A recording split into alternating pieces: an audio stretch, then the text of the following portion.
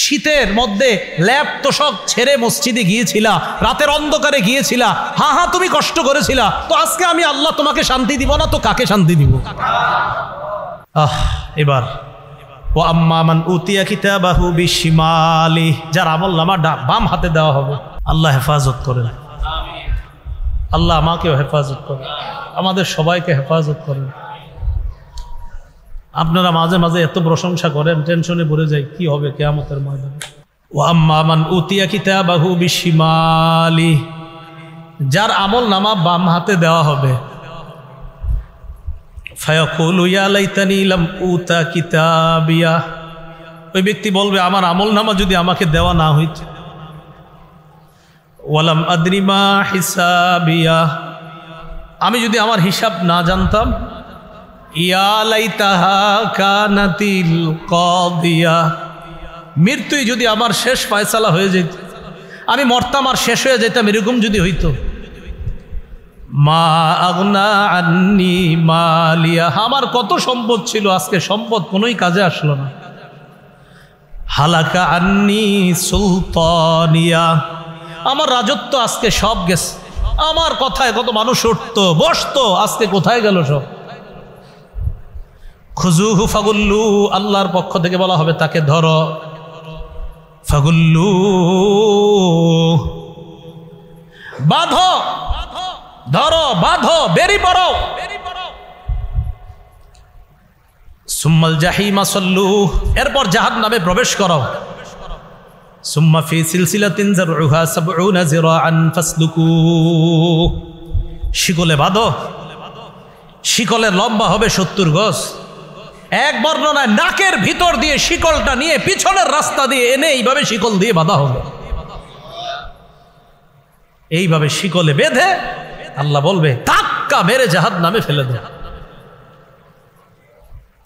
তা আমার আপনার আমলনামা কিয়ামতের ময়দানে অবশ্যই যেন ডান হাতে হয়, অবশ্যই যেন ডান হাতে হয়। প্রত্যেক দিন চিন্তা করব। তাহলে আমাদের দ্বিতীয় চিন্তা, প্রথম চিন্তা ছিল আমরা জমিনের উপর হাঁটবো, জমিন আমার সাক্ষী হবে। ২ নাম্বার, কিরামান কাতিবিন আমার সাক্ষী হবে, ফেরেশতা আমার সাক্ষী হবে। সাক্ষীর পর আমলনামা পেশ করবে, আমলনামা আমার ডান হাতে আসতে পারে, আল্লাহ না করেন, আল্লাহ না করেন বাম হাতে এসে গেলে আমি শেষ। ৩ নাম্বার সাক্ষী, মনে আসেনি? অঙ্গ প্রত্যঙ্গ। সূরা ইয়াসিনের ৬৬-৬৭ নম্বর আয়াতে আল্লাহ বলেন, ওয়ালাউ নাশাউ লাতামাসনা আলা আয়ুনিহিম, আমি যদি তাদের চোখের পাওয়ারকে লোপ করে দিতাম, চোখ যদি এইভাবে মুছে দিতাম, চোখের পাওয়ার যদি না দিতাম, ফাসতাবাকুস সিরাত ফাআন্না ইউবসিরুন, এরা চলতে চাইতো কিভাবে, এরা পথ চলতো আমি যদি চোখের পাওয়ার না দিতাম। মানে বান্দা, আমি তোমার চোখের পাওয়ার না দিলে তুমি কিভাবে চলতা? চলতে পারতাম? আর জোরে বলেন পারতাম? কিভাবে হারাম জিনিসের দিকে তাকাও। আমি চোখ না দিলে তুমি চলতে পারতা না, আমি চোখ না দিলে তোমরা চলতে পারতা না, স্বীকার করলা, তো তোমরা হারাম জিনিসের দিকে তাকাও কিভাবে? ওয়ালাউ নাশাউ লামাসাখনাহুম আলা মাকানাতিহিম ফামাসতাতাউ মুদিয়্যাও ওয়ালা ইয়ারজিউন, আমি যদি স্ব স্থানে তাদের চেহারা বিকৃত করে দিতাম, সামনেও যেতে পারতো না, পিছনেও আসতে পারতো না, এদের কি অবস্থা হতো? কিয়ামতের ময়দানে আল্লাহ সূরা ইয়াসিনের ৬৫ নম্বর আয়াতে আল্লাহ বলেন, এদেরকে জিজ্ঞাসা করার পর এরা বলবে আল্লাহ না, আমি তো খারাপ কাজ করি নাই, অনেকে বলতে পারে। আল্লাহ বলেন, আল-ইয়াওমা নাখতিমু আলা আফওয়াহিহিম, মুখের মধ্যে মোহর এর দিও, মুখ বন্ধ। ওয়া তুকাল্লিমুনা আইদিহিম, হাত কথা বলবে। ওয়া তাশহাদু আরজুলুহুম, পা সাক্ষী দিয়ে দিবে বিমা কানু ইয়াকসিবুন, আল্লাহ এই হাত দিয়ে সে সুদের টাকা প্রচুর হাত দিয়েছে, আমি পা সাক্ষী দিয়ে দিলাম। যারা আল্লাহ বিশ্বাস করে তারাও এটা বিশ্বাস করে মৃত্যুবরণ করতেই হবে, যারা আল্লাহ বিশ্বাস করে না তারাও মৃত্যু বিশ্বাস করে। আল্লাহ পাক রব্বুল আলামিন আমাদেরকে যেহেতু মৃত্যু দিবেন, তো আমাদেরকে কেন পাঠাইলেন? যদি মরেই যাব আমরা, তো আসলাম কেন দুনিয়াতে? সূরা জারিয়াতের ৫৬ নম্বর আয়াতে আল্লাহ বলেন, ওয়ামা খালাকতুল জিন্না ওয়াল ইনসা ইল্লা লিয়াবুদুন, মানুষ এবং জিনকে সৃষ্টি করেছি ইবাদত করার জন্য। তাহলে আমাদেরকে সৃষ্টির উদ্দেশ্য আমরা বুঝতে পারলাম, আমাদেরকে আল্লাহ বানাইছেন ইবাদত করার জন্য। কতদিন ইবাদত করব? সূরা হিজরের 99 নম্বর আয়াতে আল্লাহ বলেন, ওয়া'বুদ রাব্বাকা হাত্তা ইয়াতিয়াকাল ইয়াকিন। মরণ আসা পর্যন্ত তুমি তোমার রবের ইবাদত করবা। দুটি জিনিস শিখলাম। কেন বানাইলেন? ইবাদতের জন্য। কতদিন? মরণ পর্যন্ত। তাহলে আল্লাহ মরণ হয়ে যাবে আমাদের। সূরা আনকাবুতের 57 নম্বর আয়াতে আল্লাহ বলেন, কুল্লু নাফসিন যায়িকাতুল মাউত। নফস বলতেই সকল আত্মা, সকল নফসের অধিকারী, সেটা মানুষ হোক, হাইওয়ান, জানোয়ার হোক, সবাই মৃত্যুর স্বাদ গ্রহণ করবে। এখন কথা, আমি চাঁদপুরের অধিবাসী, আমি যদি পালিয়ে চট্টগ্রাম চলে যাই, চট্টগ্রামের অধিবাসী, আমি যদি পালিয়ে রংপুর চলে যাই, তাহলে মৃত্যু থেকে বাঁচার কোনো রাস্তা আছে কিনা? সূরা আহজাবের 16 নম্বর আয়াতে আল্লাহ বলেন, কুল লা ইয়ানফাকুমুল ফিরারু ইন ফারারতুম মিনাল মাউত। নবী আপনি বলেন, তোমরা যদি মরণ থেকে পালিয়ে বেড়াও, এই পালানো তোমাদের কোনো কাজে আসবে না, যেখানে যাও মরণ হবে। তাহলে মাবুদ, আমি যদি এমন একটা খাঁচার মধ্যে ঢুকি, যেই খাঁচায় কোনো পিঁপড়াও ঢুকতে পারবে না, সেখানে কি মৃত্যু আসবে? সূরা নিসার 78 নম্বর আয়াতে আল্লাহ বলেন, আইনামা তাকুনু ইউদরিকুমুল মাউতু ওয়ালাউ কুনতুম ফি বুরুজিম মুশাইয়াদা। তোমরা যেখানেই থাকো, মৃত্যু তোমাদেরকে পাকড়াও করবে। তোমরা যেখানেই থাকো, লোহার খাঁচায় থাকো অথবা কাচে ঘেরাও করা কোনো ঘরের মধ্যে থাকো, যেখানে কেউ ঢুকতে পারবে না, মৃত্যু সেখানেও ঢুকবে, তোমাকে পাকড়াও করবে, তুমি মারা যাবে। সূরাতুল জুমুআর 8 নম্বর আয়াতে আল্লাহ বলেন, কুল ইন্নাল মাউতাল্লাযী তাফিরুনা মিনহু ফাইন্নাহু মুলাকীকুম সুম্মা তুরাদ্দুনা ইলা আলিমিল গায়ব। তোমরা যে মৃত্যু থেকে পালিয়ে বেড়াও, ফাইন্নাহু মুলাকীকুম, এই মৃত্যু তোমাদের সাথে সাক্ষাৎ করবে, মৃত্যু তোমাদের সাথে সাক্ষাৎ করবে। সূরা মুনাফিকুনের 11 নম্বর আয়াতে আল্লাহ বলেন, আমি আপনি আমরা যখন মৃত্যুবরণ করব, যখন মারা যাব অবস্থা, অনেকেই তখন আল্লাহকে ফরিয়াদ করে বলবে, লাউলা আখারতানি ইলা আজালিন করিব ফাআসাদদাকা ওয়া আকুম মিনাস সালিহিন। আল্লাহ আরেকটু সুযোগ যদি দিতেন, তাহলে আমি ভালো কাজ করতাম, দান সদকা করতাম, নেককার মানুষদের অন্তর্ভুক্ত হতাম। আরেকটু সুযোগ যদি আপনি আমারে দিতেন মাওলা, আমি ভালো ভালো কাজ করতাম। তো সূরা মুনাফিকুনের 11 নম্বর আয়াতে আল্লাহ জবাব দিয়ে দেয়, ওয়ালা ইউআখিরাল্লাহু নাফসান ইযা জাআ আজালুহা। মৃত্যু যখন এসে যাবে, কিছুতেই আল্লাহ কাউকে আর সামান্য সময়ও আর সুযোগ দিবে না। যখন মৃত্যু এসে যাবে, আর সুযোগ দিবে না। সূরা আরাফের 34 নম্বর আয়াত, সূরা ইউনুসের 49 নম্বর আয়াত, উভয় আয়াতের বক্তব্য, ইযা জাআ আজালুহুম লা ইস্তাখিরুনা সাআতাও ওয়া লা ইস্তাকদিমুন। মৃত্যু আসলে একটু আগেও হবে না, পরেও হবে না, যখন আসবে ঠিক তখনই হবে। বিশ্বাস করেন, 5 মিনিট পরে আপনাদের মধ্যে, আমার মধ্যে, আমাদের মধ্যে যার মরণ আছে, সত্যি 5 মিনিট পরে মারা যাবে। আর বিশ্বাস করেন মারা যাবে। যদি কারো মরণ থাকে 5 মিনিট পরে, যে মারাই যাবে। আগেও হবে না, পরেও হবে না। এই আয়াতগুলা দ্বারা বুঝলাম আমাদের সকলকে মৃত্যুবরণ করতে হবে। তো পূর্ব থেকে আবার আসি, কেন বানাইছে? ইবাদতের জন্য। কতদিন? মরণ পর্যন্ত। মাবুদ, মরণ কি হবে? আল্লাহ একাধিক আয়াত দিয়ে আমাদেরকে জবাব দিয়ে দিলেন, হ্যাঁ হবে। পালিয়ে বাঁচতে পারবে না, কোথাও খাঁচায় ঢুকলেও বাঁচতে পারবে না, মৃত্যু তোমার সাথে সাক্ষাৎ করবে, এটাই চূড়ান্ত ফয়সালা।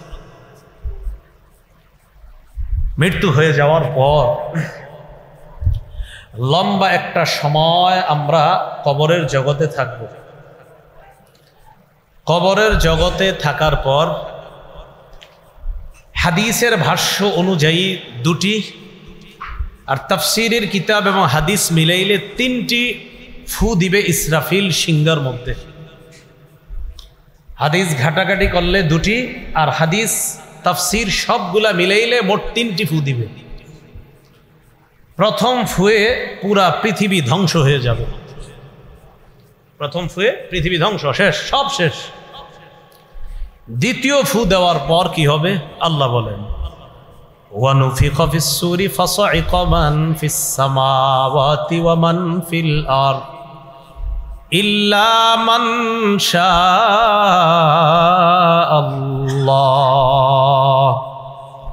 সবাই বেহুশ হয়ে যাবে, সব বেহুশ, কারো হুশ থাকবে না। এমনকি নবী বলেন আমিও বেহুশ হব। হুশ ফিরে আসার পর আমি দেখব মুসা নবী আরশের নিচে মুসা আলাইহিস সালাতু ওয়াস সালাম ঝুলে আছে, আমি দেখব। হুশ ফিরে আসার পর আমি দেখব মুসা নবী আরশে ঝুলে আছে। নবীজি বলেন আমার জানা নাই মুসা নবী আমার আগেই সেখানে ঝুলছে নাকি মুসা নবী বেহুশই হয়নি, এটা আমার জানা নেই। একটা হলো হয়তো বেহুশ হয়েছে, হওয়ার পর তার হুশ আগে ফিরে আসছে। আরেকটা হইল নাকি তিনি বেহুশই হন নাই, এটা আমার জানা নাই। নবীজি বলেন এ হলো দ্বিতীয় ফু। সুম্মা নুফিখা ফীহি উখরা ফাইযা হুম কিয়ামুন ইয়ানজুরুন। তৃতীয় ফু দেওয়ার পর আমি আপনি আমরা সবাই উঠব, কিয়ামতের ময়দানে দাঁড়াবো।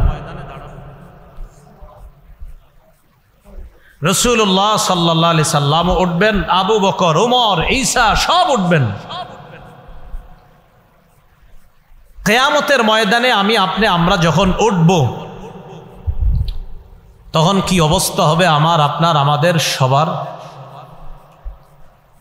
সহিহ বুখারীর বর্ণনা 4712 নম্বর হাদিস। এই হাদিসের মধ্যে আসছে উতিয়া রাসূলুল্লাহ সাল্লাল্লাহু আলাইহি ওয়াসাল্লাম বিলাহমিন। রাসূলুল্লাহ সাল্লাল্লাহু আলাইহি সাল্লামকে গোশত দেওয়া হলো, গোশত খেতে দেওয়া হলো। ফারুফিয়া ইলাইহি জিরাহ, রানের অংশ নবীজিকে দেওয়া হলো। গোশত দেওয়া হলো মানে গোশতের যে রান, এই রানের অংশ নবীজিকে দেওয়া হলো। ওয়া কানাত তুজিবুহু, রানের অংশের গোশতটা নবীজি বেশি পছন্দ করতেন। সুবহানাল্লাহ। ওই গোশত নবীজিকে দেওয়া হয়েছে। ফানাহাশা মিনহা নাহশাতান, আল্লাহ নবী এইভাবে দাঁত দিয়ে রান থেকে এইভাবে নিজেই টান দিয়ে নবীজি দাঁত মুবারক দিয়ে টেনে খাচ্ছেন। সুবহানাল্লাহ, এইভাবে খাইতেছেন। কত সুন্দর দৃশ্য না? আমি আপনি যদি একদিন স্বপ্নে দেখতাম কেমনে খায় নবীজি। আমার নবীর খাওয়া নিশ্চয়ই সবচেয়ে সুন্দর ছিল, নবীজির পান করাটাও নিশ্চয়ই সবচেয়ে সুন্দর, নবীজির হাঁটাটাও সবচেয়ে সুন্দর। এমনকি এক হাদিসের মধ্যে আসছে, আবু মুসা রাদিয়াল্লাহু তাআলা আনহু বলেন, দাখালতু আলা রাসূলিল্লাহি সাল্লাল্লাহু আলাইহি ওয়াসাল্লাম, রাসূলুল্লাহ সাল্লাল্লাহু আলাইহি ওয়াসাল্লামের কাছে আমি প্রবেশ করলাম। এমন অবস্থায় যে নবীজি সাল্লাল্লাহু আলাইহি ওয়াসাল্লাম মেসওয়াক করছিলেন। ওয়া তরফুস সিওয়াক আলা লিসানিহি, মেসওয়াকের এক অংশ নবীর জিহ্বার উপরে ছিল। আমি প্রবেশ করলাম। ওয়া হুয়া ইয়াকুলু আ আ, আল্লাহ রাসূল আ আ করছিলেন। কি করছিলেন? এখন দেখেন আমি যে আ করছি বেশি সুন্দর শোনা যায় না, কিন্তু কেমন জানি শোনা গেছে। কিন্তু আমার নবী যে করছে এরকম নিশ্চিত খুব সুন্দর শোনা গেছে। তো রাসূলুল্লাহ সাল্লাল্লাহু আলাইহি সাল্লাম এভাবে গোশত টান দিয়ে, দেখেন গোশতটা টান দিয়ে এইভাবে হাড্ডিটা নিয়ে গোশতের টুকরাটা এইভাবে হাতে রাখছে। তো এইভাবে হাতে রাখার পর রাসূলুল্লাহ সাল্লাল্লাহু আলাইহি সাল্লাম বলতেছেন, গোশত একটা মুখে দিয়ে বলতেছেন, আনা সাইয়্যিদুন নাস ইয়াউমাল কিয়ামাহ, আমি কিয়ামতের ময়দানে আদম সন্তান যারা হবে, মানুষ যারা, তাদের মাঝে আমি হব নেতা। কিয়ামতের ময়দানে আল্লাহ আমাকেই নেতৃত্ব দান করবেন। রাসূলুল্লাহ সাল্লাল্লাহু আলাইহি সাল্লাম প্রশ্ন করলেন, হাল তাদরুনা মিম্মা যালিকা, তোমরা কি জানো কিয়ামতের ময়দানটা কি? ইয়াজমাউল্লাহুল আউয়ালিনা ওয়াল আখিরিন, ইয়াজমাউল্লাহুন নাসাল আউয়ালিনা ওয়াল আখিরিনা ফি সাঈদিন ওয়াহিদ। কিয়ামতের ময়দানে পূর্বাপর যত মানুষ আল্লাহ পাঠিয়েছেন, কিয়ামত পর্যন্ত যত মানুষ আল্লাহ পাঠাবেন, আগে যত মানুষ পাঠিয়েছেন, সব মানুষগুলাকে একটা মাঠের মধ্যে আল্লাহ উপস্থিত করবেন। সমস্ত মানুষগুলা কিয়ামতের ময়দানে উপস্থিত হওয়ার পর ইউসমিউহুমুদ দাঈ, একজন আহ্বানকারী তাদেরকে ডাক দিবেন। সব মানুষগুলাকে ডাক দেওয়ার পর, অন্য বর্ণনায় ডাক দেওয়ার পর এদিক সেদিক হবে না, সবাই তার ডাকে সাড়া দিবে। শুধু তাই নয়, দৃষ্টিশক্তি ভয়ে থরথর করে কাঁপতে থাকবে, অবস্থা বড় ভয়ঙ্কর হবে। ওয়াতাদনু শামসু, নবীজি বলেন সূর্যটা কাছাকাছি চলে আসবে, উত্তাপ হবে, তাপ, প্রচুর তাপ। ফায়াবলুগুন নাসা মিনাল হাম্মি ওয়াল কারাব, এমন অবস্থা হবে মানুষ ভয়ঙ্কর পেরেশানির মধ্যে পড়বে, চিন্তার মধ্যে পড়বে, কষ্টের মধ্যে পড়বে। মা লা ইউতিকুন, এত কষ্ট, যেই কষ্ট মানুষ সহ্য করার ক্ষমতাও থাকবে না। সব মানুষগুলা কিয়ামতের ময়দানে এই ভয়ঙ্কর পরিস্থিতির মধ্যে যখন পড়বে, পড়ার পর ওয়ালা ইয়াতাহাম্মালুনা, ধৈর্য করার মতো শক্তি সামর্থ্য থাকবে না, ধৈর্য ধারণ করতেও পারবে না। হাদিসের মধ্যে দুইটা বিষয়। এক নাম্বার, নবী বললেন ভয়ঙ্কর ওই পরিস্থিতি গ্রহণ করার শক্তিও তাদের নাই, আবার এটা যে তারা ধৈর্য ধারণ করে মোকাবেলা করবে সেই ক্ষমতাও তাদের নাই। এক নাম্বার পরিস্থিতি, এটা যে গ্রহণ করব এই শক্তিও নাই। আরেকটা, গ্রহণ যেহেতু করতেই হবে, ধৈর্য ধারণ করার ক্ষমতাও নাই। প্রথম কথা, গ্রহণ করারই ক্ষমতা নেই, কিন্তু গ্রহণ করতেই হবে, পরিস্থিতি গ্রহণ করতেই হবে। তো করার পর আবার ধৈর্য ধারণের ক্ষমতাও নাই, কি করবে তখন? তো অন্য বর্ণনায় আসছে মানুষের শরীর থেকে ঘাম পড়তে থাকবে। ঘাম পড়তে পড়তে কারো পায়ের এই পরিমাণ, কারো, এর বুখারীর বর্ণনা, কারো হাঁটু পরিমাণ, কারো কোমর পরিমাণ, কারো আবার এমন অবস্থা হবে নাকটা, কান, এই অংশটুকু একবার ঘামের নিচে যায় আবার ওঠে। হাদিস দ্বারা বোঝা যায় যার যেই পরিমাণ অপরাধ ওই পরিমাণ ঘাম। এটার মধ্যে যখন তারা পড়বে, এক দল আরেক দলকে বলবে,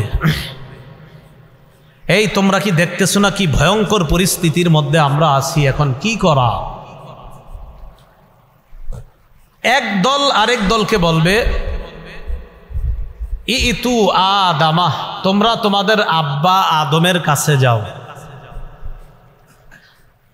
ফায়াতুনা আদম, সবাই আদম নবীর কাছে যাবে। যাওয়ার পর বলবে, আনতা আবুনা আদম, আপনি আমাদের আব্বা আদম, আপনি হলেন আল্লাহর সর্বপ্রথম সৃষ্টি।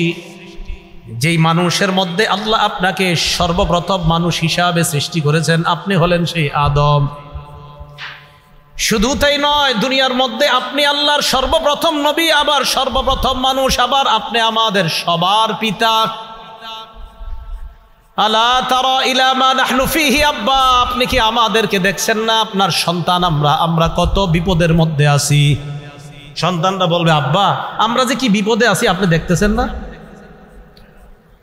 আলা তানজুরু, আব্বা আপনি কি দেখেন না? প্রথমে বলবে আলা তারা ইলা মা নাহনু ফিহি আব্বা, আপনি কি আমাদেরকে দেখছেন না আমরা কি বিপদের মধ্যে আছি? এই কথা আদম নবীরে বলার পর তারা বলবে, ইশফা লানা রাব্বাক, আব্বা আপনি আপনার রবের কাছে সুপারিশ করেন, আল্লাহ যেন আমাদেরকে এই ভয়ঙ্কর পরিস্থিতি থেকে হেফাজত করে কিয়ামতের ময়দানে বিচারের পাল্লা কায়েম করে দেয়। ফয়সালা একটা হওয়ার, যা হওয়ার হবে, এই পরিস্থিতি আর সহ্য করতে পারি না। আব্বা আল্লাহকে বলেন বিচারের পাল্লা কায়েম করতে, বিচার হওয়ার পর যা হবার হবে বিচার করতে বলেন। এই পরিস্থিতি আর সহ্য করতে পারতেছে না। এটা কিন্তু বিচার হওয়ার আগের অবস্থা, বিচারের পাল্লা তখনও কায়েম করে। তো এই অবস্থা যখন হবে, হওয়ার পর আব্বাজান আদম সব শুনবে, শোনার পর তাদেরকে বলবে, ইন্না রব্বি কদ গদিবাল ইয়াউমা গদবা লাম ইয়াগদাব ক্বাবলাহু মিসলা ওয়া লা ইয়াগদাব বা'দাহু মিসলা। সন্তানদেরকে বলবে, সন্তান, আজকে আমার রব এত রাগান্বিত হয়েছে, এর আগে আল্লাহ এত রাগ কখনো হয় নাই, আর আজকের পরে এত রাগ কখনো আল্লাহ হবেও না। আদম নবী বলবে, আজকে আমার রব এত রাগান্বিত, এত রাগ করছে, আজকের আগে এত রাগ আল্লাহ কখনো করেননি, আর আজকের পরে এত রাগ কখনো হবেন না। মনে করেন আজকের দিনটা যে বললো আমগো হুজুর আজকে যেই রাগ করছে, এর আগে কোনোদিন এরকম রাগ করে নাই, তাহলে রাগটা কেমন? পরে করবেন কিনা এটা তো আমরা জানি না, কিন্তু নবী আদম বললেন আল্লাহ আজকের আগে এমন রাগ কখনো হয় নাই, আর আজকের পরেও এত রাগ আল্লাহ কখনো হবে না। অতএব তোমরা বুঝে নাও আল্লাহ আজকে কতটা রাগান্বিত।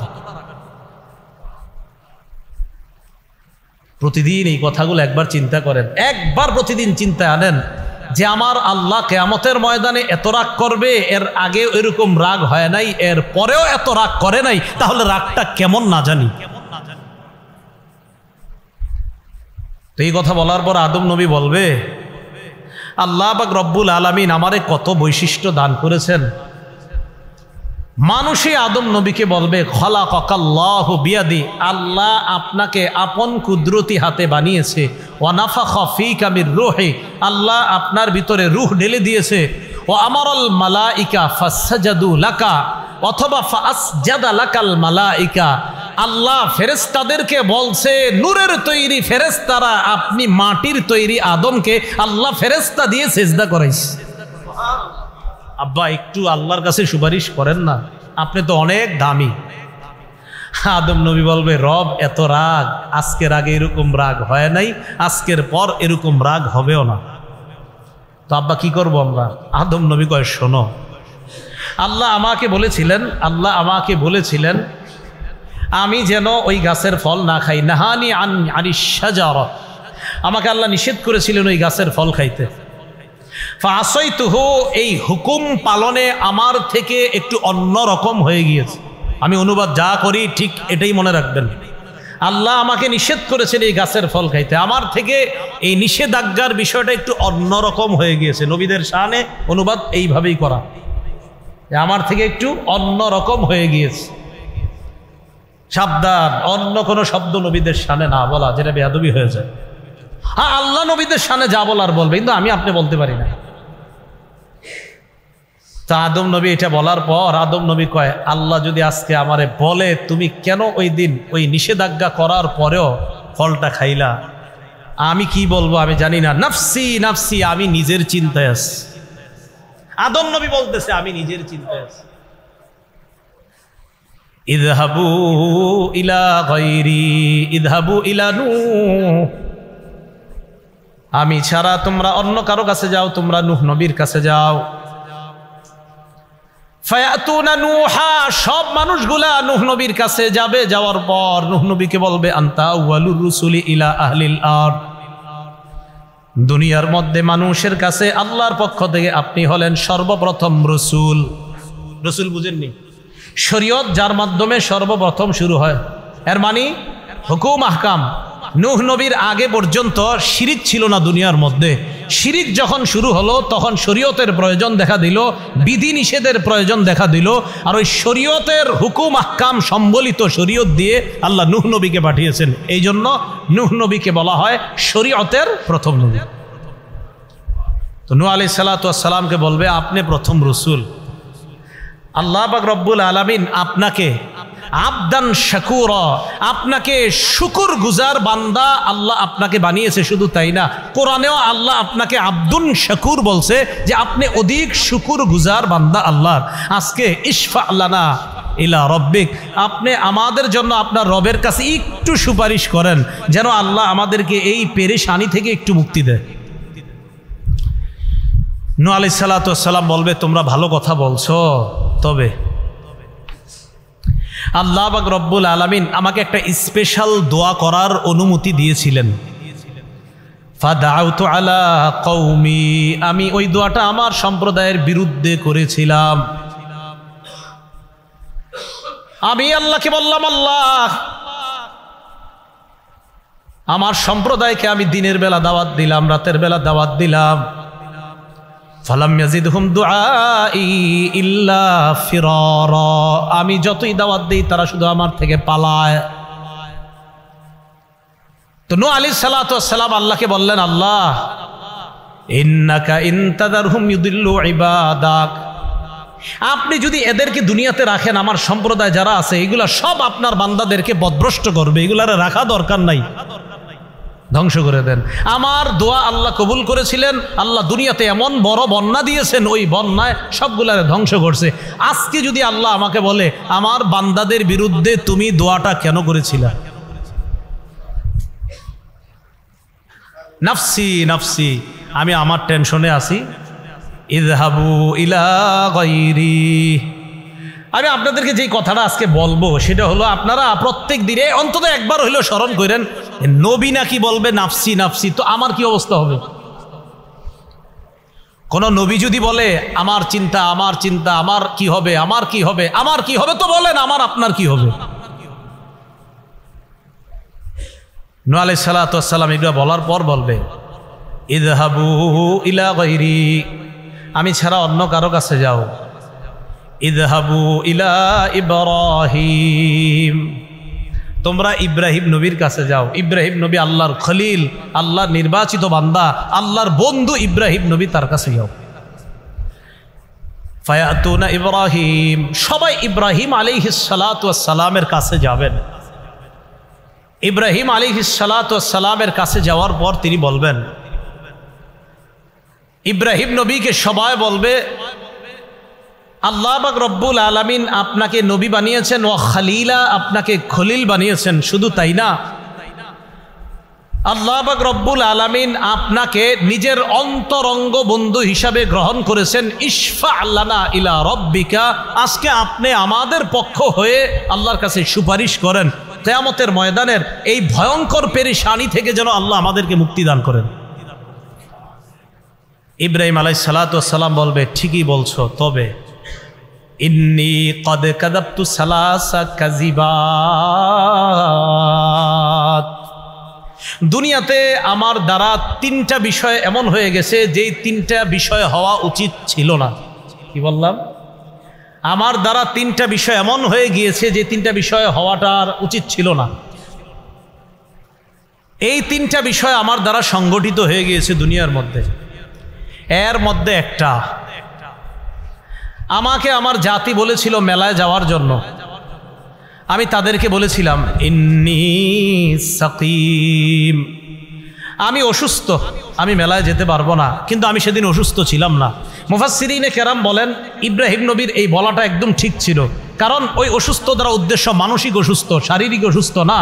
আপনাকে কেউ শিরিক করতে বলল আর আপনি বললেন না ভাই আমি অসুস্থ, অসুস্থ মানি যে আমি মানসিকভাবে পেরেশানিতে আছি, কিভাবে শিরিক করি আমি? তাহলে মানসিক পেরেশানি এটা একটা অসুস্থতা। কিন্তু ইব্রাহিম নবীর কাছে মনে হবে যে আমি এটা ওই দিন বলাটা ঠিক হয়নি, এটা ইব্রাহিম নবীর বক্তব্য। কিন্তু মুফাসসিরিনে কেরাম বলেন নবীরা যেগুলা বলতেছে সব ঠিক ছিল বলাটা, কিন্তু নবীদের কাছে মনে হবে না আমাদের এটা ঠিক হয়নি। কথাটা কি বুঝে আসছে? তো ইব্রাহিম আলাইহিস সালাতু ওয়াস সালাম এই কথাটা বলেছিলেন। আরেকটা কি, কয় মেলা থেকে জনগণ আসছে, আসার পর আমাকে ডাকছে, ডাকার পর জনগণ আমারে বলছে মান ফাআলা হাদা বিআলিহাতিনা ইয়া ইব্রাহিম, আমাদের এই খোদাদের সাথে এই কাজটা কে করলো? না, মান ফাআলা হাদা বিআলিহাতিনা ইন্নাহু লামিনাজ জালিমিন, এই কাজ আমাদের খোদাদের সাথে, আমাদের উপাস্যদের সাথে, আমরা যাদের ইবাদত করি এগুলা যারা করেছে তারা জালেম। তো জনগণ বলতেছে কে করতে পারে? তো তারা নিজেরা নিজেরা বলতেছে সামি'না ফাতাই ইয়াযকুরুহুম ইউকালু লাহু ইব্রাহিম, আমরা শুনেছি এক যুবকের কথা, তার নাম ইব্রাহিম। সে এইগুলারে দেখতে পারে না, সন্দেহ হচ্ছে তাকে সে হতো এই কাজটা করেছে। কি সবগুলা দেব দেবী ভেঙে প্রধান দেবতা যেটা, এটার কাঁধের মধ্যে কুড়াল ঝুলে রাখছে। তো সবাই বলা বলি করতে লাগলো, এক কাজ করো, ইব্রাহিমকে ডাকো, ফাতু বিহি আলা আয়ুনিন নাস লাআল্লাহুম ইয়াশহাদুন, উপস্থিত করো, জনগণ যেন দেখতে পায় আমরা কি বিচার করি ইব্রাহিমের সাথে, এটা যেন সবাই দেখতে পায়, ভবিষ্যতে যেন সবাই সতর্ক হয়ে যায়। তো ইব্রাহিম নবীরে আনছে, আনার পর ইব্রাহিম আলাইহিস সালাতু ওয়াস সালামকে তারা প্রশ্ন করতেছে, আনতা ফাআলতা হাদা বিআলিহাতিনা ইয়া ইব্রাহিম, ইব্রাহিম তুমি কি এই কাজ করেছো আমাদের এই দেবতাগুলোর সাথে? ইব্রাহিম নবী জবাব দেয়, বাল ফাআলাহু কাবীরুহুম হাদা ফাসআলুহুম ইন কানু ইয়ান্তিকুন। ইব্রাহিম নবী এটা বলে নাই যে আমি করি নাই। কি বলছে? এটা বলে নাই যে আমি করি নাই। ইব্রাহিম নবী বললেন বাল ফাআলাহু কাবীরুহুম হাযা, আরে তাদের মধ্যে যে সবচেয়ে বড়টা সে করেছে, তাদের মাঝে সবচেয়ে বড়টা সে। এবার দেখেন এটার আরেকটা অনুবাদ আছে, তাদের মধ্যে এই বড়টা সে এটা করেছে। দেখেন তাদের মধ্যে কাবীরুহুম হাযা, তাদের মধ্যে যে এই বড়টা সে করেছে, এই বড়টা মানে আমি, মানে ইব্রাহিম নবী নিজে। আরে এইগুলা ওনার সামনে যেগুলা আপনার সাজানো আছে এইগুলার চেয়ে কি ওরা দামি না ইব্রাহিম নবী দামি? তো ইব্রাহিম নবী মান ফাআলাহু কাবীরুহুম হাযা, তাদের মাঝে যে এই বড়টা সেইটা করেছে, এই বড়টা মানে আমি করছি। ইব্রাহিম নবী এখানে একটা কৌশলী জবাব দিয়েছে, তো তারা বুঝে নিয়েছে বড়টা মানে আমাদের বড় দেবতা যে, সেই মনে করছে। ইব্রাহিম নবীর কথা হলো আমি এমন এক জবাব দিব যেই জবাবে আমার ক্ষতিও না হয়, আমারে ভুলও যেন বুঝতে না পারে, আর তাদেরকে যেন উচিত শিক্ষা উচিত জবাব দিয়ে দেওয়া হয়। এটা অনেকে লিখেছেন যে বিষয়টা এটাও হতে পারে। আরেকটা হলো না, সরাসরি যদি এটা বলা হয়, ইব্রাহিম নবী বলেন আরে তোমরা কি দেখে বুঝতেছো না কে করছে, দেখো কার কাঁধে কুড়াল, তো দেখতেছে। তো ইব্রাহিম নবীর টার্গেট হলো তাদেরকে একটা শিক্ষা দেওয়া, কি ফাসআলুহুম ইন কানু ইয়ান্তিকুন, যারা এই জায়গায় চূর্ণ বিচূর্ণ হয়ে পড়ে আছে তোমাদের দেবতা যেগুলো আছে, এদেরকে জিজ্ঞাসা করো কারা করছে, তাহলেই তো হয়ে যায়। তারা যদি কথা বলতে পারে তো জিজ্ঞাসা করো। তো এবার এই কথা বলার পর এরাই আবার ইব্রাহিম নবীরে কয় লাকাদ আলিমতা মা হাউলা ইয়ান্তিকুন, তুমি তো জানো এরা কথা বলতে পারে না। ইব্রাহিম নবী কয় উফফিল লাকুম ওয়া লিমা তা'বুদুনা মিন দুনিল্লাহ, আফসোস তোমাদের জন্য, আর যাদের ইবাদত তোমরা করো তাদের জন্য আফসোস। এমন জিনিসের ইবাদত করো যারা কথা বলতে পারে না, কি আশ্চর্যের বিষয়, তাহলে ইবাদত কেন করো? তো ইব্রাহিম নবী এই জায়গায় যে কথাটা বলছে, ওনার কাছে মনে হচ্ছে যে আমি যে এই কথাটা বলছি আমার এই কথাটা এইভাবে বলা সঠিক হয় না, এটা ইব্রাহিম নবীর বক্তব্য। উলামায়ে কেরাম বলেন পুরোপুরি ঠিক ছিল ইব্রাহিম নবীর কথা। 3 নাম্বার, ইব্রাহিম নবী আর তার স্ত্রী সারা জনজন রওনা করছে, মিশরের উপর দিয়ে যাইতেছে। সিনান ইবনে ইলওয়ান নামক বাদশাহ তখন মিশরের। এই সিনান ইবনে ইলওয়ান তার একটা অভ্যাস ছিল, সুন্দরী কোনো রূপসী দেখলে তার উপর লোলুপ দৃষ্টি ছিল, তার সাথে অপকর্ম করার চেষ্টা করত বলি নাউজুবিল্লাহ। একজন নবীর বিবি সারা আলাইহাস সালাতু ওয়াস সালাম, ইব্রাহিম নবী যখন তার স্ত্রীকে নিয়ে সেদিক দিয়ে যাচ্ছিলেন, সিনান ইবনে ইলওয়ান নামক সেই বাদশার কানে কে যেন দিয়ে দিল যে একজন সুন্দরী রমণীকে নিয়ে তার স্বামী এদিক দিয়ে যাচ্ছে। বাদশার দরবারে হাজির করা হলো। ইব্রাহিম নবী বলে দিলেন তোমাকে জিজ্ঞাসা করলে তুমি বলবা আমার বোন লাগো। কি লাগো? বোন। তো সাধারণত ভাই বোনের পরিচয় দিলে ডাকাত গো মন একটু নরম হয়, ভাই বোন। ইব্রাহিম নবীর উদ্দেশ্য ছিল আদমের সন্তান হিসাবে আমি আর তুমি ভাই বোন। কৌশল অবলম্বন করা, উলামায়ে কেরাম বলেন ওনার কৌশল অবলম্বনটা পুরাপুরি ঠিক ছিল। কারণ একজনের লুলুপ দৃষ্টি থেকে বাঁচার জন্য একটা মেয়ের ব্যাপারে এটা বলে যদি কারো খারাপ চরিত্র থেকে বাঁচা যায়, এই বলাটা দোষের কিছু না। কিন্তু ইব্রাহিম নবীর মনে হবে আমি এটা কেন বললাম। তো এই 3টা বিষয় ইব্রাহিম নবী কিয়ামতের ময়দানে ওই মানুষদেরকে বলবে, আমি পারবো না, আমি নিজের টেনশনে আছি। ইযহাবু ইলা গায়রি ইযহাবু ইলা মুসা, আমি ছাড়া অন্য কারো কাছে যাও, তোমরা মুসা নবীর কাছে যাও। ফায়াতুনা মুসা, সবাই মুসা নবীর কাছে যাবে, যাওয়ার পর বলবে আনতা মুসা কালিমুল্লাহ, আপনি হলেন মুসা কালিমুল্লাহ, আল্লাহর সাথে কথা বলতে পারতেন, দুনিয়ার মধ্যে আপনি আল্লাহর সাথে কথা বলতেন, আজকে কিয়ামতের ময়দানে আমাদের পক্ষ হয়ে আল্লাহর সাথে আপনি কথা বলেন। ইশফা লানা ইলা রাব্বিক, আপনি আল্লাহকে বলেন আল্লাহ আমাদেরকে যেন এই অবস্থা থেকে মুক্তি দিয়ে দেয়, আল্লাহর কাছে আপনি সুপারিশ করেন। মুসা নবী জবাব দিবে তোমাদের বক্তব্য ঠিক আছে, কিন্তু দুনিয়ার মধ্যে এমন একজন মানুষকে আমি হত্যা করেছিলাম, লাম উমার বিকতলি, যাকে হত্যা করার জন্য আমাকে আদেশ করা হয় নাই, আমি তাকে একটু টাচ করেছিলাম, লোকটা মারা গেছে। আল্লাহ কোরআনে বলেন ফাওয়াকাযাহু মুসা ফাকাদা আলাইহি, মুসা নবী একজন এটা ঘুষি দিয়েছিল, মরে গেছে।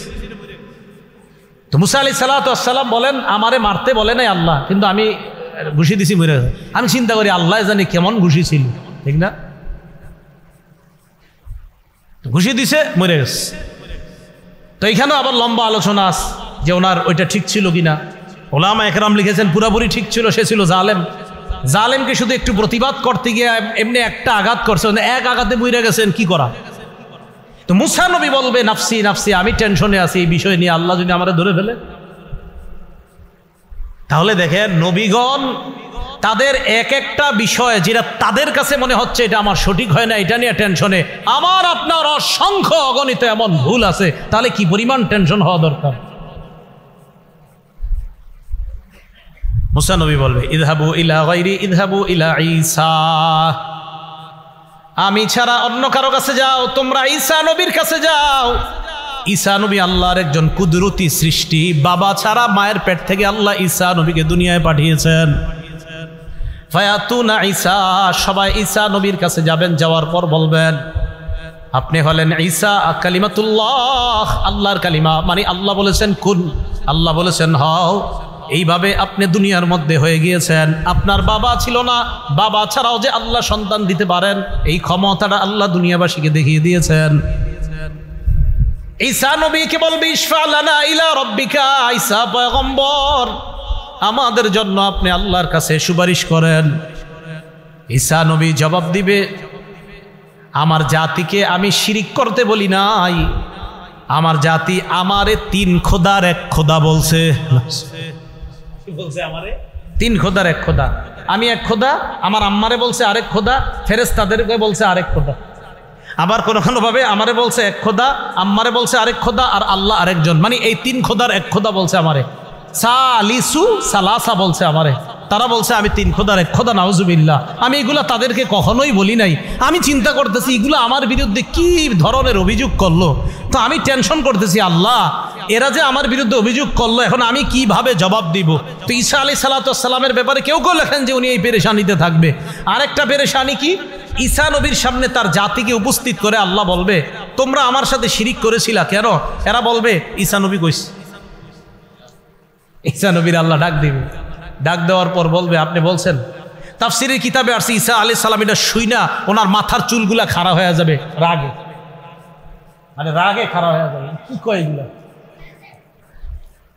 ঈসা আলাইহিস সালাতু ওয়াস সালাম সবাইকে বলবে দেখো এখানে সেখানে গিয়ে কোনো লাভ নাই, চলো এক জায়গায় নিয়ে যাই তোমাদেরকে। সুবহানাল্লাহ। তাহলে সব নবী পাঠায়া দিছে, ঈসা নবী নিয়ে গেছে। বুঝেন নাই? সব নবী পাঠিয়ে দিছেন, ঈসা নবী নিয়ে গেছেন। কারণ ঈসা নবীর পরে আমাদের নবীর মাঝখানে আর নবী নেই। ঈসা আলাইহিস সালাতু ওয়াস সালাম বললেন আমার সাথে চলো। সবাই রওনা করছে, গিয়ে আমাদের নবী মুহাম্মদ সাল্লাল্লাহু আলাইহি সাল্লামের কাছে সবাই উপস্থিত হয়। সবাই ডাক দিয়ে বলবে হাবিব ইশফা লানা ইলা রাব্বিক, আপনি আপনার রবের কাছে আমাদের জন্য সুপারিশ করেন।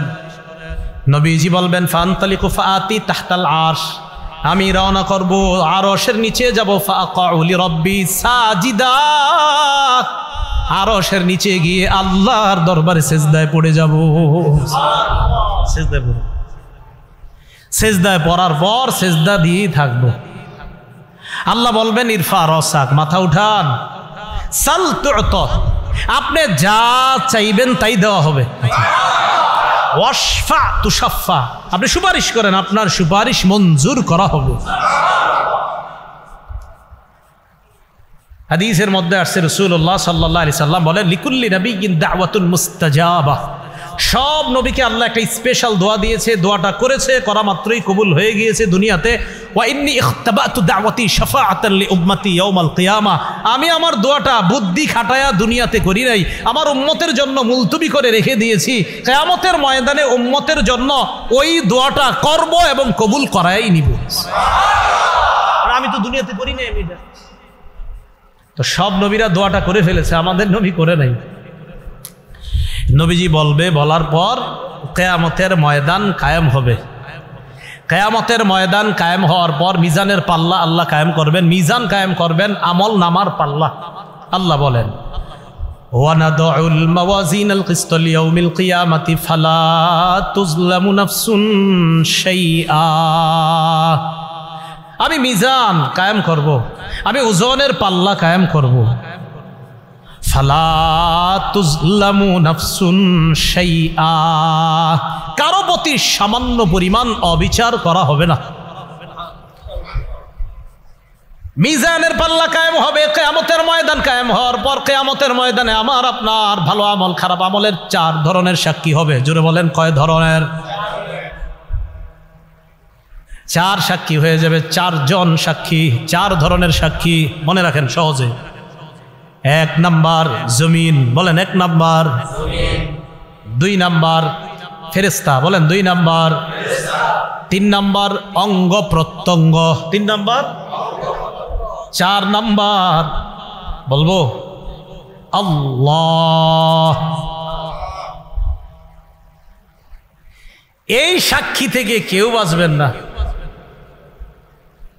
4 নাম্বার এবং প্রধান সাক্ষী আল্লাহ। এইখানেই মায়া দয়া পাইতে পারেন, কিন্তু অন্য জায়গায় যারা সাক্ষী দিবে একদম কোনো ছাড় নাই। 4 ধরনের সাক্ষীর কথা মাথায় রাখেন। 1 নাম্বার জমিন, 2 নাম্বার ফেরেশতা, 3 নাম্বার অঙ্গ প্রত্যঙ্গ, 4 নাম্বার প্রধান সাক্ষী আল্লাহ। মনে থাকবেনি কথাগুলা? তো এবার বিস্তারিত শোনেন। 1 নাম্বার সাক্ষী জমিন। জমিনের মধ্যে এই আজকে মসজিদ থেকে বের হওয়ার পর আমি আপনি যখন হাঁটবো, এখন থেকে চিন্তা করবেন জমিনের উপর হাঁটতেছি। আরিফ বিন হাবিব বলে গেল আজকে যে কোরআনে নাকি আছে যে জমিন হবে আমার সাক্ষী কিয়ামতের মাঠে। আজকে থেকে যতবার হাঁটবো অন্তত কিছু সময় চিন্তা করব যে জমিন আমার সাক্ষী হবে। সূরা মুলকের 16 নম্বর আয়াতে আল্লাহ বলেন, আমিনতুম মান ফিস সামাই আইয়াখসিফা বিকুমুল আরদা ফাইদা হিয়া তামুর। তোমরা কি নিশ্চিত হয়ে গিয়েছো আসমান ওয়ালার পক্ষ থেকে? তোমরা কি আসমান ওয়ালার ব্যাপারে নিশ্চিত হয়ে গিয়েছো যে তিনি তোমাদেরকে জমিনে ধসিয়ে দিবে না, আর জমিন তোমাদেরকে নিয়ে থর থর করে কাঁপবে? এই অবস্থা থেকে কি তোমরা নিশ্চিত হয়ে গিয়েছো? জমিনে যখন হাঁটবা চিন্তা করবা, আমি আপনি চিন্তা করব যে আসমান ওয়ালা চাইলে এই জমিনের নিচে আমাকে আপনাকে ধসিয়ে দিতে পারেন। তো আল্লাহ বলেন, আমিনতুম, নিশ্চিত হয়ে গেছো? মান ফিস সামাই আইয়াখসিফা বিকুমুল আরদ। এই যে তুরস্কে কয়েকদিন আগে বাড়ি সহ মাটির নিচে ধসায় দিয়েছে, বাড়ি সহ ধসায় দিয়েছে। তো আল্লাহ বলেন নিশ্চিত হয়ে গেছে? ফাইদা হিয়া তামুর, কাঁপতে থাকবে। তাহলে বলেন তো আমাদের সাক্ষীর 1 নাম্বার সাক্ষীর নাম সূরা জিলজাল 4 নাম্বার আয়াত। ইমাম সাহেবরা মাগরিবের প্রথম রাকাতে প্রায় সময় সূরাটা পড়ে দেখবেন, ইযা যুলজিলাতিল আরদু জিলজালাহা। এই সূরার 4 নম্বর আয়াত আল্লাহ বলেন, ইয়াউমা ইযিন তুহাদ্দিসু আখবারাহা। সেদিন জমিন তার সব সংবাদ বলে দিবে। তিরমিজি শরীফের 2429 নম্বর হাদিসের বর্ণনা। রাসূলুল্লাহ সাল্লাল্লাহু আলাইহি সাল্লাম এই আয়াতটা তেলাওয়াত করলেন। কোনটা? ইয়াউমা ইযিন তুহাদ্দিসু আখবারাহা। তেলাওয়াত করার পর আল্লাহ নবী বললেন, আতাদরুনা মা আখবারুহা। তোমরা কি জানো জমিন সব বৃত্তান্ত বলে দিবে? জমিনের বৃত্তান্ত কি তোমরা কি জানো? সাহাবীগণ জবাব দিবেন, আল্লাহু ওয়া রাসূলুহু আ'লাম। আল্লাহ ও তার রাসূল ভালো জানেন।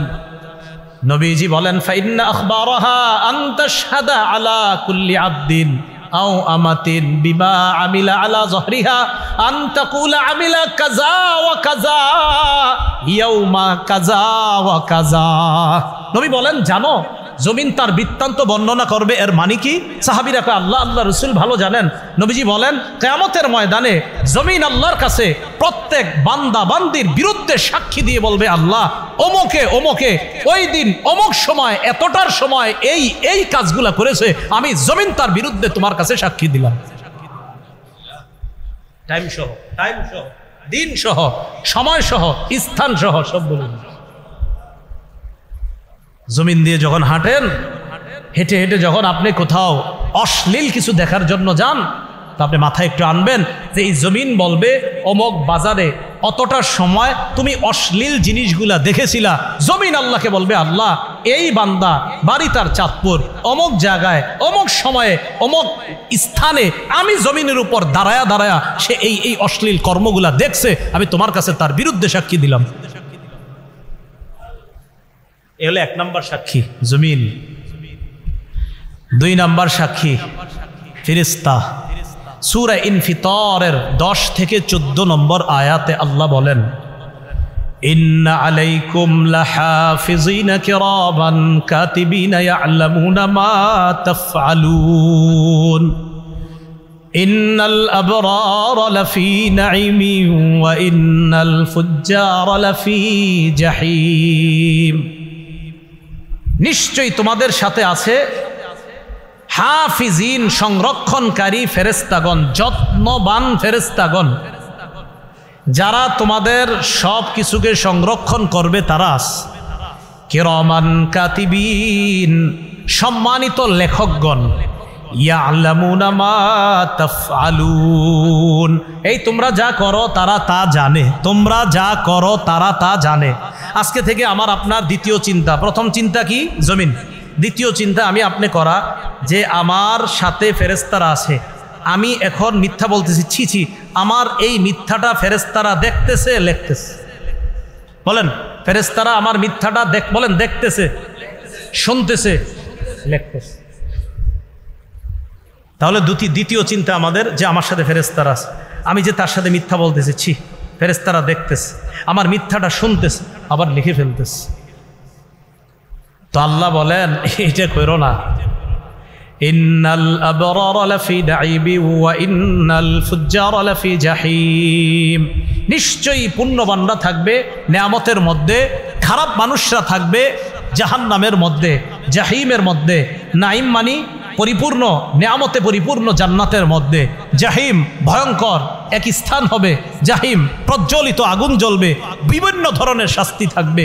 এই জাহান্নামের মধ্যে থাকবে পাপাচাররা। আল্লাহ আমাদেরকে হেফাজত করেন। এখন ফেরেশতারা আমল নামা লেখার পর আমল নামাটা জমা হবে, ঠিক তো?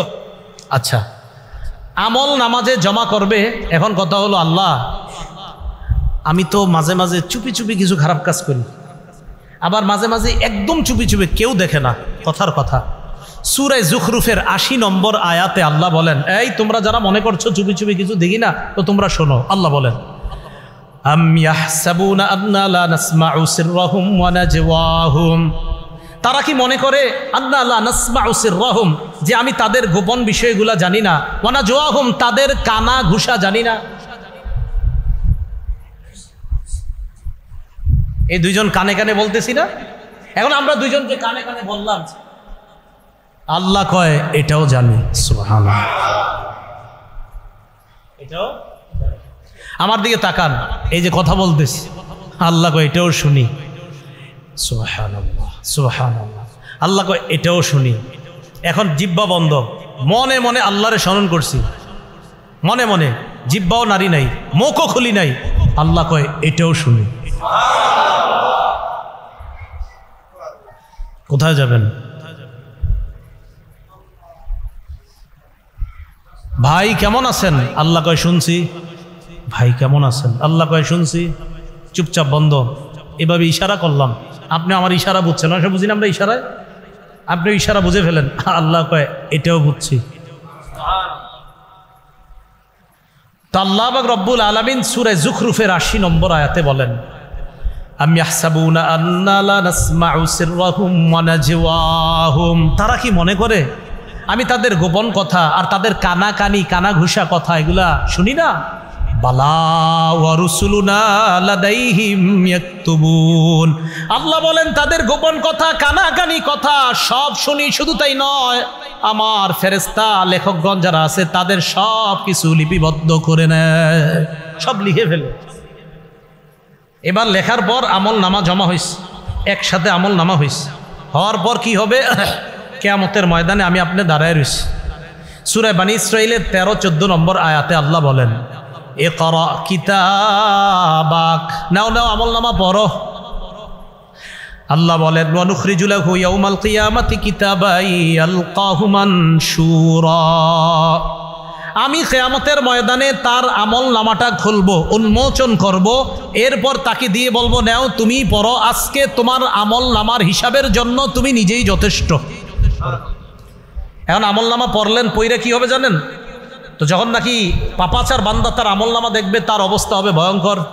সূরা কাহফের 49 নম্বর আয়াতে আল্লাহ বলেন, ওই ব্যক্তি বলবে, মা লিহাদাল কিতাবি লা ইউগাদিরু সগীরাতান ওয়ালা কাবীরাতান ইল্লা আহসাহা।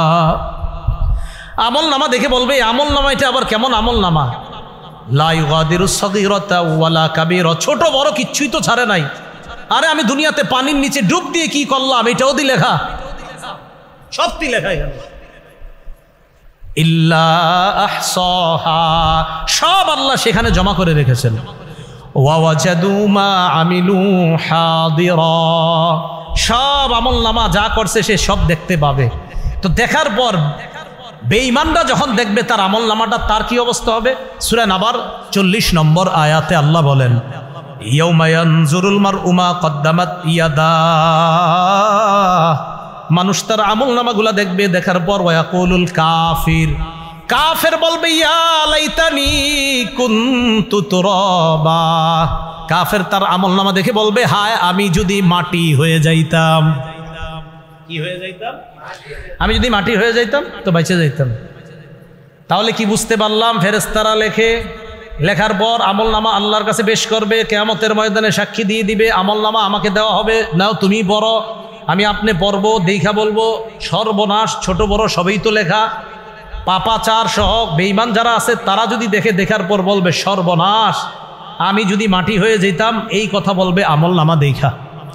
এখন আল্লাহ পাক রব্বুল আলামিন বলেন চূড়ান্ত ভাবে, ওই যে সূরা হাক্কর যে আয়াত শুরুতে তেলাওয়াত করলাম, ফাআম্মা মান উতিয়া কিতাবাহু বিয়ামিনি, যার আমল নামা তার ডান হাতে দেওয়া হবে, ফায়াকুলু হা উমকরাউ কিতাবিয়া, আমল নামা ডান হাতে দেওয়া হওয়ার পর ওই ব্যক্তি তার আত্মীয় স্বজনের কাছে যাবে, অন্যান্য জান্নাতীদেরকে নিয়ে বলবে, এই নাও নাও আমার আমল নামাটা পড়ে দেখো, কত সুন্দর আমল নামা আল্লাহ আমার ডান হাতে দিস। পরীক্ষা পাশ করার পর আপনারা দৌড়ে কি করেন? যা করেন সেখানেও তা করবেন। সুবহানাল্লাহ। ইন্নী জানান্তু আন্নী মুলাকিন হিসাবিয়া, আমি বিশ্বাস করেছিলাম আমার এই আমল নামার সাথে আমি সাক্ষাৎ করব, আমার এই হিসাবের সাক্ষাৎ আমাকে করতে হবে, এটা আমি বিশ্বাস করেছিলাম। বলেন হিসাব যে হবে বিশ্বাস আছে সবার? ফাহুয়া ফি ঈশাতির রাদিয়া, আল্লাহ বলেন আমার বান্দার আমল নামা যেহেতু ডান হাতে, বাস সে সুখের, নেয়ামতের, সুখের, আনন্দিত হওয়ার জান্নাতের মধ্যে সে থাকবে। ফি জান্নাতিন, ফি জান্নাতিন।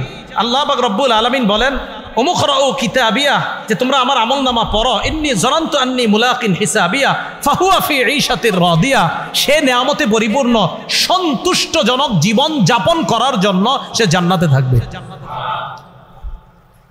তো জান্নাতে যখন থাকবে, থাকার পর আপনি তো বস বৈশা রয়েছেন, জান্নাতে যাবেন মানেই তো বস, আসলেই বস। তো ওখানে যাওয়ার পরে তো আর আপনার কোনো টেনশন নেই, কোনো মতে খালি একবার যান, তাহলেই বুঝবেন।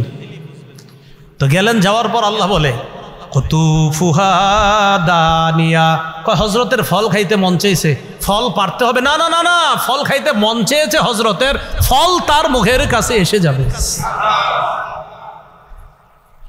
এরপর তাকে বলা হবে, কুলু ওয়াশরাবু হানিআম বিমা আসলাফতুম ফিল আইয়ামিল খালিয়া, তাকে বলা হবে খাও পান করো, স্বাচ্ছন্দ্যে খাও, আরামে পান করো। কেন জানো?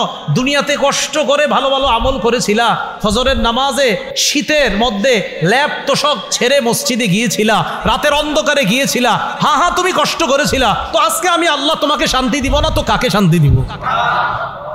আমল নামা থাকো, যেমনে মন চায় চলো। এবার ও আম্মা মান উতিয়া কিতাবাহু বিশিমালি, যার আমল নামা বাম হাতে দেওয়া হবে। আল্লাহ হেফাজত করেন, আল্লাহ আমাকেও হেফাজত করেন, আমাদের সবাইকে হেফাজত করেন। আপনারা মাঝে মাঝে এত প্রশংসা করেন, টেনশনে পড়ে যায় কি হবে কিয়ামতের ময়দানে।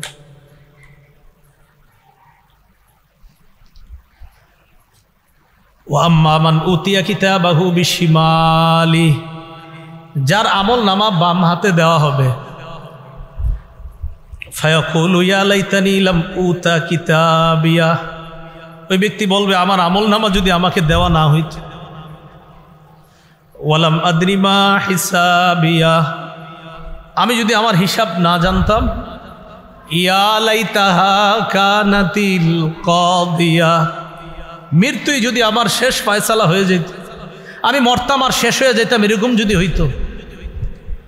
মা আগনা আন্নি মালিয়া, আমার কত সম্পদ ছিল, আজকে সম্পদ কোনোই কাজে আসলো না।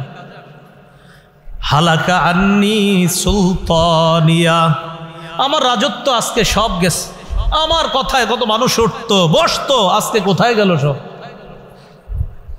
খুজুহু ফাগুল্লু, আল্লাহর পক্ষ থেকে বলা হবে তাকে ধরো। ফাগুল্লু, বাঁধো, ধরো, বাঁধো, বেরি পড়ো। সুম্মাল জাহিমা সল্লু, এরপর জাহান্নামে প্রবেশ করো। সুম্মা ফি সিলসিলাতিন যারউহা ৭০ যিরাআন ফাসলুকু, শিকলে বাঁধো, শিকলের লম্বা হবে ৭০ গজ। এক বর্ণনায় নাকের ভিতর দিয়ে শিকলটা নিয়ে পিছনের রাস্তা দিয়ে এনে এইভাবে শিকল দিয়ে বাঁধা হবে। এইভাবে শিকলে বেঁধে আল্লাহ বলবে ধাক্কা মেরে জাহান্নামে ফেলে দে। তা আমার আপনার আমল নামা কিয়ামতের ময়দানে অবশ্যই যেন ডান হাতে হয়, অবশ্যই যেন ডান হাতে হয়। প্রত্যেক দিন চিন্তা করব। তাহলে আমাদের দ্বিতীয় চিন্তা, প্রথম চিন্তা ছিল আমরা জমিনের উপর হাঁটবো, জমিন আমার সাক্ষী হবে। ২ নাম্বার কিরামান কাতিবিন আমার সাক্ষী হবে, ফেরেশতা আমার সাক্ষী হবে। সাক্ষীর পর আমল নামা পেশ করবে, আমল নামা আমার ডান হাতে আসতে পারে। আল্লাহ না করেন, আল্লাহ না করেন বাম হাতে এসে গেলে আমি শেষ।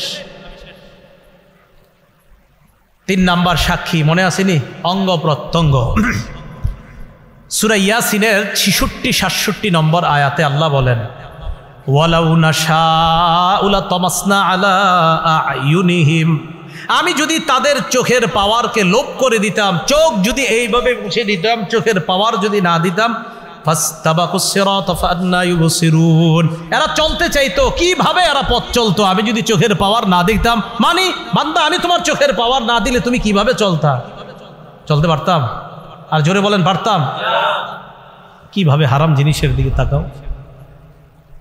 আমি চোখ না দিলে তুমি চলতে পারতা না, আমি চোখ না দিলে তোমরা চলতে পারতা না, স্বীকার করলা, তো তোমরা হারাম জিনিসের দিকে তাকাও কিভাবে? ওয়ালাউ নাশাউ লামাসাখনাহুম আলা মাকানাতিহিম ফামাসতাতাউ মুদিয়্যাও ওয়ালা ইয়ারজিউন, আমি যদি স্ব স্থানে তাদের চেহারা বিকৃত করে দিতাম, সামনেও যেতে পারতো না, পিছনেও আসতে পারতো না, এদের কি অবস্থা হতো? কিয়ামতের ময়দানে আল্লাহ সূরা ইয়াসিনের ৬৫ নম্বর আয়াতে আল্লাহ বলেন, এদেরকে জিজ্ঞাসা করার পর এরা বলবে আল্লাহ না আমি তো খারাপ কাজ করি নাই, অনেকে বলতে পারে। আল্লাহ বলেন আল-ইয়াওমা নাখতিমু আলা আফওয়াহিহিম, মুখের মধ্যে মোহর মেরে দিও, মুখ বন্ধ। ওয়া তুকাল্লিমুনা আইদিহিম, হাত কথা বলবে। ওয়া তাশহাদু আরজুলুহুম, পা সাক্ষী দিয়ে দিবে বিমা কানু ইয়াকসিবুন, আল্লাহ এই হাত দিয়ে সে সুদের টাকা প্রচুর হাত দিয়েছে, আমি পা সাক্ষী দিয়ে দিলাম,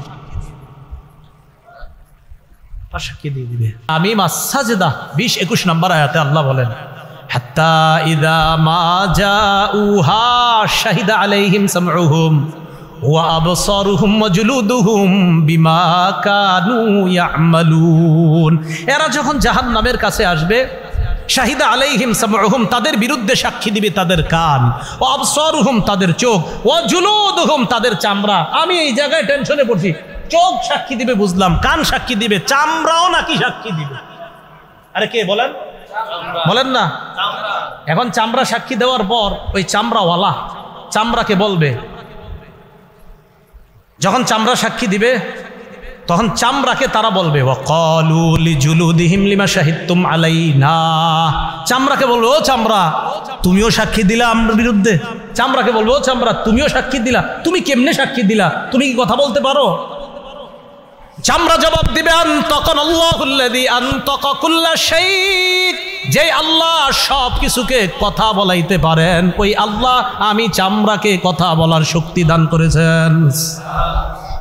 আনতাকান আল্লাহুল্লাযী আনতাকা কুল্লা শাই, যে আল্লাহ সব কিছুকে, যে আল্লাহ অনেক কিছু অন্যদেরকে বাকশক্তি দিতে পারেন, সে আল্লাহ আমাকেও বাকশক্তি দিতে পারেন।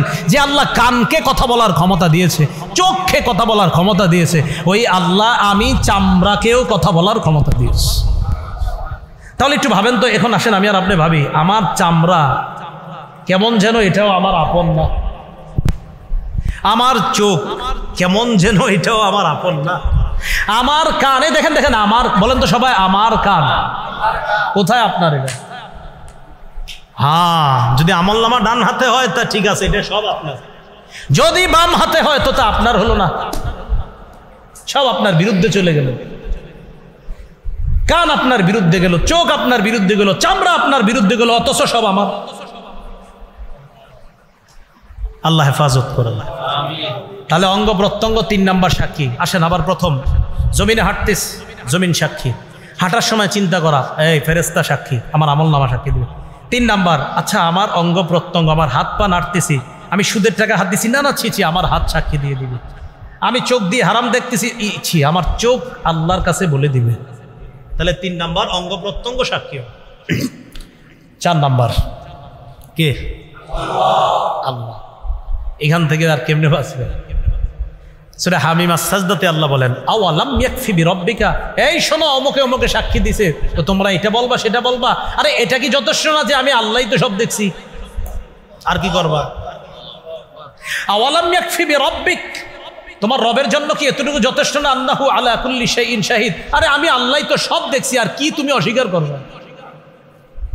আমি তো সব দেখছি, কি করছো না করছো ওইটা তো আমার একটা সিস্টেম, আমি আল্লাহর একটা সিস্টেম আছে, সিস্টেম পদ্ধতি অবলম্বন করব, ফেরেশতার সাক্ষী নিব, অঙ্গ প্রত্যঙ্গের সাক্ষী নিব, কানের সাক্ষী নিব, এটা তো আমার একটা পদ্ধতি, আমার সিস্টেম।